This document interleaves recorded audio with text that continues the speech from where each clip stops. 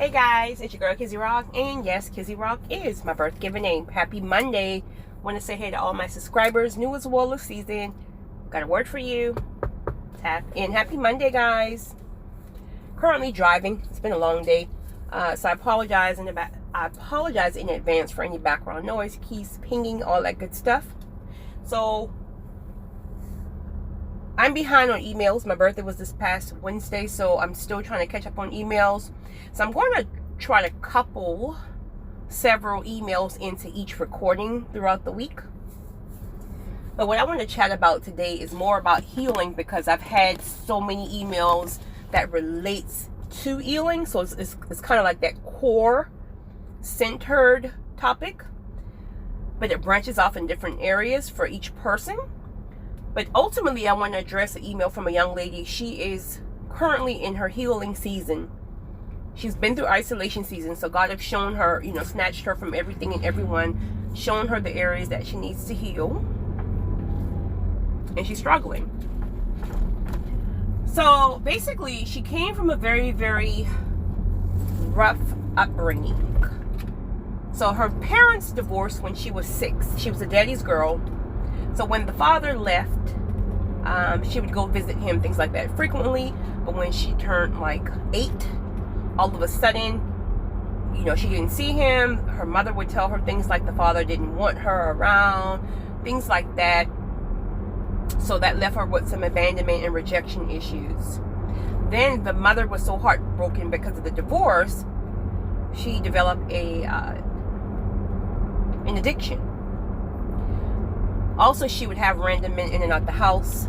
There was a lot of domestic violence, so she experienced a lot of fighting and just craziness. That's very traumatizing for children.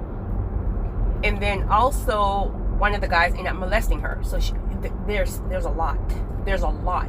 But what she's struggling with is she needs closure from her mom. She found out that the mother had been lying, which this is way more common than people know. I'm realizing this more and more. A lot of the times the father attempts to see the children, but the mother is so petty and caught up in her own toxic ways that she is literally harming her child in the process. Sorry guys. Harming her child in the process of trying to play that keep away game, because she's upset at the dad because maybe he moved on or whatever the case may be, not even realizing that she is setting her child up for failure to deal with rejection and abandonment issues by lying to the child that the father doesn't want the child in his life, when in fact she's moving more based on her emotions, and she's damaging her child. And now you have adults who are dealing with rejection, abandonment issues, and can't even be in stable relationships because they really believe that their dad just abandoned him. So she went back to her mom because she's in therapy, and the therapist told her, she needs to have a conversation with her mom, etc., etc. She went, and her mom basically shut her down, wouldn't give her any apologies, wouldn't take accountability for anything, still sweeping things under the rug, basically saying it's not her problem, she didn't do this, she's an adult, and she's the problem, basically. And she says that every time she's around her family or around the mother or whatever, it sets her off. She finds herself on edge. She's constantly coming out of character. It's bad because she feels like she don't have that closure. She doesn't feel safe. None of that stuff. Come on. She does. Sorry, because I don't have any patience when it comes to driving. I'm trying to let her over. I'm hitting my brakes for 5 minutes. Come on over. I think I'm the only nice person in the world nowadays who let people come in when their signal light is on. Anyway, so she is struggling because she says that she got a conviction that she heard from God clear as day, that until she gets to the point where she can stop getting irate, being upset, and flying off the handles because of triggers that she get when she's around her mom and family, that she's going to stay stuck. But she feels she has to have this apology. She has to have her mom take accountability. She feels she has to. There's just no way she can get closure. So sis, I love reading your email. You asked for my opinion, all caps opinion. So I'm going to give you my opinion here. I'm going to start with this, and this may not be an easy thing to hear. And this goes for anybody who's looking for closure in anything, relationships or whatever. Sometimes, a lot of the times, you have to get to the point where you're praying for closure versus praying for answers. It's almost like people feel like they can't move on unless the person has apologized, or if a person has explained to them why I left or why I did this, or, you know, for the most part, a lot of people are not going to take accountability for different reasons. You know, some folks, especially like those older folks, respectfully, they were taught to sweep things under the rug all their lives, right? So it's almost like they're too ashamed. Okay, you also find out that she was lying about your father. You also said that your dad is very, very involved in your healing process, and he even apologized to you because he said he could have went to court and really fought harder for you. I think that's really, really amazing, and he's a stand-up guy for even saying that versus sweeping it under the rug. He acknowledged, even though your mom was playing the tit for tat, he acknowledged his part, that he could have still went to really fought for you in court, right? So that says a lot about your dad. So you did say he did his part, but you're waiting on your mom. Sis, your mom may never apologize, especially if your mom don't even know she needs to be healed. Do you know that there's people out here who are traumatized from head to toe, and they don't even know they need to be healed, or even if they know it, they refuse to be healed because of pride, or because of stubbornness, or because of this, or because of that. They still want to blame everybody else instead of taking accountability for their actions. Less people heal than more, because healing is hard. Healing requires you to face your traumas head on. You can't run from it. You can't sweep it under the rug. You have to sit and you have to feel that trauma all over again in order to start the healing process. This is why most people refuse to heal, or even if they're stopped the process, they turn back. Healing hurts. It's raw. It hurts, and you are experiencing that now. If your mom is to the point, sis, where she feels like there's nothing she did wrong and X, Y, and Z, all you can do is ask God to give you closure from the situation, right? Thank God you know the truth now, and that your dad was trying to get in contact with you. Sadly, you had to deal with the rejection seeds, and those rejection and abandonment seeds just don't go overnight. So that's still going to be a process. But look how that process could have been avoided if your mom was not so petty. Respectfully. Respectfully. Oh. Sis, when it comes down to healing, many times it will be an individual thing, because everybody's healing journey is different. So if your mom has made her mind up and she just don't want to be a part of it, she's not going to acknowledge anything, she's just still saying your dad is lying and all that stuff, you got to go on. You got to go on. And because you said that you're still being triggered when you're around her because you can't get these answers, sis, you're going to have to put up some boundaries. It's hard to heal in the very environment that has traumatized you. This is why you notice when people who have been traumatized in whatever way, in childhood or whatever, once you get back into the environments, this is why you see people spaz out all again. Something could have happened 20 years ago right? And before you know it, somebody says the wrong thing, somebody look at somebody a certain way, and now the whole house is in an uproar. It's because those wounds are still there, and it is being triggered because no one has healed. This is why a lot of times once you heal, God will pull you apart, and he will say, listen, if these ones chose not to heal, I don't want you back over there, because you are literally pulling the scab off of wounds, right? So it's like once God sent you through a healing process, the best thing to do is go on with your life and love from a distance. With some you have to do that because some really don't believe they did anything wrong. So why keep putting yourself back in environments when it's going to trigger you? Because when it triggers you, it takes the scab off of your wound, and before you know it, you got to go back in the healing process all over again. But this is where a lot of people struggle at, because the same people who traumatize you are the same people you love. You can't help who you love. These are your peoples. So you love them. So in your mind, you keep hoping and thinking like, well, maybe they'll change one day. Maybe she'll change. So you're holding hope onto the fact that maybe she or they will change. And you're setting yourself up for more hurt. Mind you, you're trying to heal, and you're reintroducing yourself to hurt. Because every time you go there, if 2 months pass, you're probably thinking like, well, maybe she's going to talk about it now and then. When you get there, it's the same thing. It's the same drama.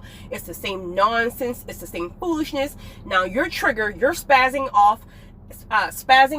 And then what's going to happen? They're going to say you're the problem. Or you're the problem because here you go spazzing out again, even though they're the reasons why you're triggered and why you're spazzing out. So in order to stop spazzing out, and to stop all that hurt and re-traumatizing yourself, once you heal, God will show you who to put boundaries up with and who you may have to cut off with for life. And this is why healing is also hard, because God will tell you how to deal with certain people. Certain people are not going to ever take accountability. But you got to go and get what God has for you.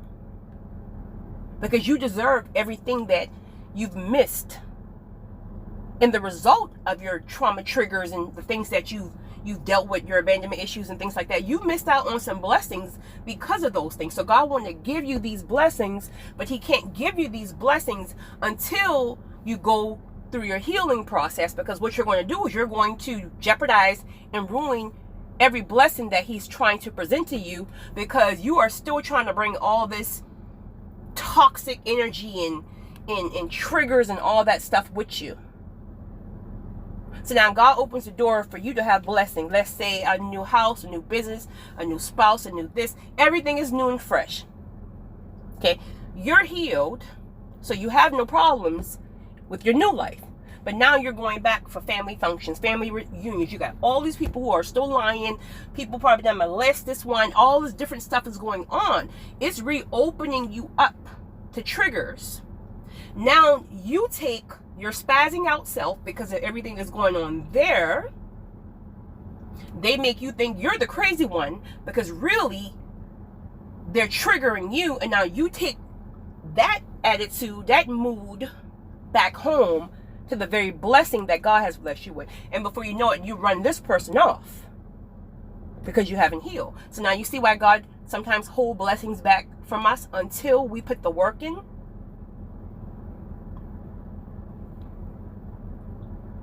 So I wanted to address that because I know a lot of people struggle with that. I was talking to someone just last week about that same conversation. It's like, her mother is the mother, she said, who always kind of been like in competition with her. I never understood that. But it's because it's her mother. And it's because she never got to experience the nurturing side, the caring side of a mother. She still yearns for that. So as toxic as the mom is, she still loves her and she still wants to be around her, because she's still seeking and needing that nurturing side of a mother. And every time she goes there, she's triggered and she's traumatized. So this is why there's so much different mental illness. You got the anxiety, I hear people got this depression. It's so much stuff because of things that have happened throughout life and that have been swept under the rug, are never even exposed to start a healing process. And then again, once we start healing, we start putting ourselves back in the environment, because either we think that we've healed enough, and truth be told, healing may be a lifelong process. So once you heal, you have to be very, very careful and guarded about what and who you allow in your life. Once somebody shows you who they are, believe them. Right? If you've proven to be a liar, if you've proven that I can't trust you, then I got to stop setting myself up thinking that, okay, one day may come and you're not going to be a liar. Or one day will come and you're going to do the right thing. So I'm going to just give you another fair chance again. And what happens? When the person lies, you catch them in a lie, you're back traumatized, you're spazzing out about the same person who's shown you who they always were. This is why the Bible talks about guarding our heart. Because we keep moving from a heart posture, because we want to see the best in people. We want to think people think and feel and how we are and all that stuff. And if you take inventory on your life, the people who have hurt you are probably the same people who have re-traumatized you and hurt you more than one time. It's not always new people. It's the same person that we keep thinking they're going to change, or we keep thinking because we were taught blood is thicker than water, we have to keep these people around. We have to beg for their forgiveness. We have to get the apology from the people who traumatize us. What we need is closure. What we need is grace to get us over this quote unquote blood is thicker than water. When in fact, I've met water which been thicker than blood sometimes, right? Sometimes. So that's my first suggestion, sis. Ask God to help you with closure. Ask God to give you grace where you don't feel triggered to have to keep going back to get this answer and this closure that you need. Ask God to help your mother recognize how much she's damaged you. And I think you said you have a brother, damaged your children.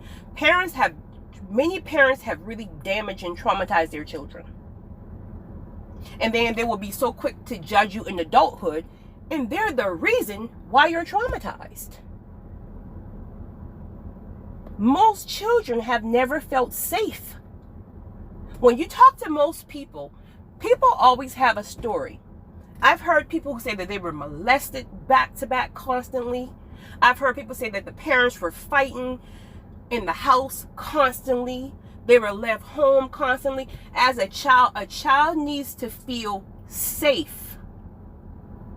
So when a child doesn't feel safe, then they grow up with different issues. You have adults who are now overly clingy because they feel like if they don't cling on and just latch on to someone until they choke the life out of them, that the person is going to leave them. Then you have people who are detached because, well, I don't want to get close to anybody because, you know, I've just never had anybody to really show me true affection, and, you know, I don't want to get close. I don't know how to even be close to anyone because I've never had parents who were close to me. You got people who are so traumatized that when you get next to them, they're jumpy. If you happen to raise your voice because you burst out laughing, they done fly across the room because they're thinking that some kind of fight is going to break out because they've been in a household where people are throwing plates at each other and they're just traumatized. You know, I was listening to Bishop T.D. Jakes actually last week, and he was saying that as successful as people see him to be now, people would tend to look at you and think like you don't have issues or whatever. And he's very transparent about, you know, his own issues, and he's not perfect, and he got his stuff. We all got our stuff, right? So he was saying that he can remember being a little boy. I think he said he was he 6? He was very, very young, 6 or 7, and his father had a machete and was, I guess, fighting with everybody in the house or whatever, and he had the or an axe. Either it was I think it was an axe, and he was chopping up all the furniture in the house. And Bishop T.D. Jakes said he thought that his dad was going to go chop up his mom. So he said he screamed for so long, sitting on top of that step, because he was so traumatized. He was yelling, crying, and screaming because he thought his dad was going to chop his mom up. And he was just saying, as he was talking, he started to get emotional. He was like, here, now at 65 years old, I can still hear me screaming. I can still feel that feeling because I thought my dad was about to chop my mom up. Now, you're talking from 6 to 65. Right? So, like I said earlier, the trauma may never ever leave you, but therapy, of course, gives you tools on how to deal with it. Personally, I think only God, only the Holy Spirit can fully heal. Well, I won't even say fully, well, I guess fully heal you in the sense of forgiveness and things like that, but that doesn't really necessarily remove the memory of it. So most people have some type of trauma, and this is why I think it's important not to be judgmental when you meet people. This is why I am so warm and so welcoming to people. Don't understand, like you're like, what is it about you and homeless people, or what is it about you? Because they have a story. If you really take the time, if you sit down and listen to a drug addict or an alcoholic or a homeless person, they have a story. And just because you may have been strong enough and maybe yours became a sweet addiction, a porn addiction, a sex addiction, don't judge them because maybe theirs became a crack addiction or a meth addiction. Addiction is addiction. It's still about covering up trauma and wounds so you don't have to feel it and sit in it. So if you're sitting here eating a bowl of ice cream all day, all night long because you have a sweet addiction, that's still an addiction. There's different kinds of addiction, but it still leads back to what are you soothing? So this is why I'm welcoming and warm to everybody, because everybody got a story. But ultimately, I do believe that everybody's different. Meaning, you may have some people who have healed and they can go back into the environments of the family or you know, whatever traumatized them, and they will be okay. If I'm honest, all the people I've known, either they pulled away or there are firm boundaries in place.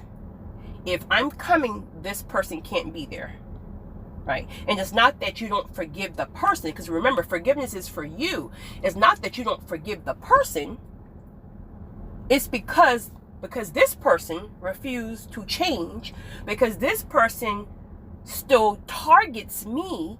I have to protect my own mental health, and I don't want to be in the same environment with them. Now, if that person don't bother you, then I'm sure it's fine, right? If that person can just sit there and don't bother you, that's one thing. But you got people who will literally trigger you because they want to see that reaction out of you. They want to see the reaction out of you so they can tell the other people, oh, look, see, they're still that way. And all along, they're triggering you, especially narcissists. That's what they do. So to protect your mental health, put firm boundaries up. Take accountability for, not accountability, take, what's the word? Take count for the people who trigger you, the things, like is there a certain thing that trigger you? Like for me, what triggers me is like when someone's in the uproar, like if someone having like an anxiety attack, like, oh my God, that sets, it triggers me. It triggers me. So I have to be careful. This is why I really answer my phone for certain people, because certain people just have that, and it's not a bad thing about the person, but some people just have like that very anxiety and that chaotic and that chaos of the minute you answer the phone, it's like, oh my God. And so that puts me in this zone where I'm now freaking out. Like, well, what's wrong? And I might like, so you have to monitor. You have to find out what works for you. That's the main thing that counseling will also teach you. It's about recognizing what is setting you off. So if you go to your mom's house, sis, and you notice that, okay, I can be here for 30 minutes, so we can sit here, we can eat apple pies, we can just have a great time, and everything is fine. But then I feel this conviction, or there's something to ask her, well, Mama, why'd you lie and tell me my daddy didn't want me? And now when you try to bring up the fact, Mom, are you ready to have a conversation about my dad? And now it's, I don't want to hear that. Your daddy is lying. It's not my problem. He should have. Then if you know that's a trigger for you, then go see your mom and don't bring that up. Or if you feel like if you're there and you have to bring it up, call your mom on the phone. Or if you're there and it starts and you feel yourself starting to get triggered, just go ahead and leave. So it's really about finding boundaries, what works for you. Some people have to walk away from people and never look back. Some people can come together and they know their limits. Some people can go and they don't have any issues. So it's about finding what works for you. But if you're being set off all the time like that, and you're right, God is not going to bring certain blessings when we're still being triggered like that. And to feel like it's a punishment to us, like, well, I mean, they're the one that caused this, so why I got to be the one? Because he needs you to really conquer this thing and really be healed to a point where when he brings all the blessings for you, you wouldn't jeopardize them because you're still moving from that traumatized spirit. So I hope this helps you. It's your girl, Kizzy Rock.